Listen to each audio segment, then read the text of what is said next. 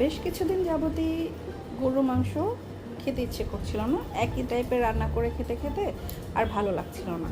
তো একটা চ্যানেলের এই রেসিপিটা, ভাজা মাংসের রেসিপিটা সামনে আসলো, তো আমি একটু ট্রাই করলাম। খেতে খুবই মজা হয়েছে, চলো তোমাদের সাথে শেয়ার করি। তো প্রথমেই আমি বেশ পরিমাণ তেল কড়াইয়ে নিয়ে নিয়েছি, তার মধ্যে আমি একটু গোটা গরম মশলা দিয়ে গরুর মাংসগুলো আমি তেলের মধ্যে ভেজে নিয়েছি। তেলের মধ্যে মাংস দেওয়ার পরপরই মাংস থেকে প্রচুর পরিমাণ পানি বের হচ্ছিল, তো সেই পানিটা আমি শুকিয়ে নিয়ে তার মধ্যে একটা বড় সাইজের একটা টমেটো দিয়ে দিয়েছিলাম, সাথে দিয়েছি আমি একটু লবণ। তারপরে এটা ভালো মতো নাড়াচাড়া করে আমি ভাজা করছিলাম। দেখো টমেটোটা একদম গলে গেছে।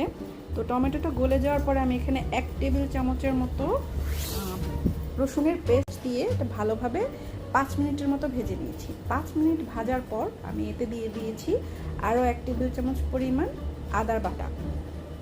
এটা দিয়ে আবার আমি 5 মিনিট ভেজে নিয়েছি। তারপরে এখানে আমি দিয়ে দিয়েছি 2 টেবিল চামচের মতো মরিচের গুঁড়া।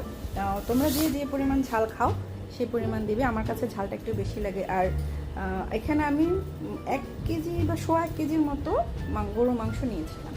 তো মরিচটা দিয়ে আমি ভালোভাবে এটাকে ভাজা ভাজা করে নিয়েছি 5 মিনিট। তারপর এখানে আমি বেশ খানিকটা পানি দিয়ে দিয়েছি যেন মাংসটা আমি সিদ্ধ করতে পারি।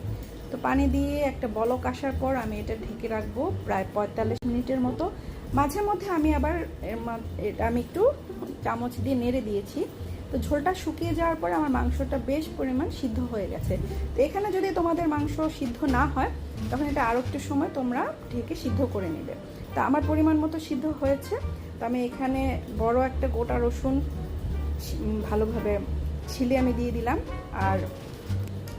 আর দিয়েছি আমি বড় 1 পিস আদা কুচি করে, জুলিয়ান কাট যেটাকে বলে। তারপর দিয়েছি এখানে আমি মোটামুটি বড় সাইজের মিডিয়াম সাইজের 3টা পেঁয়াজ এরকম কেটে খুলে আমি দিয়ে দিয়েছি।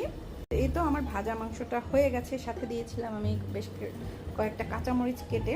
এখন আমি এটাকে ভালোভাবে আর একটু ঝোলটা শুকিয়ে নেব, একটু ভাজা করে নেব। এই মাংসটা খেতে অসম্ভব মজা হয়েছিল। আমি খেয়েছিলাম পোলাওর সাথে, তোমরা পরোটা দিয়েও খেতে পারো।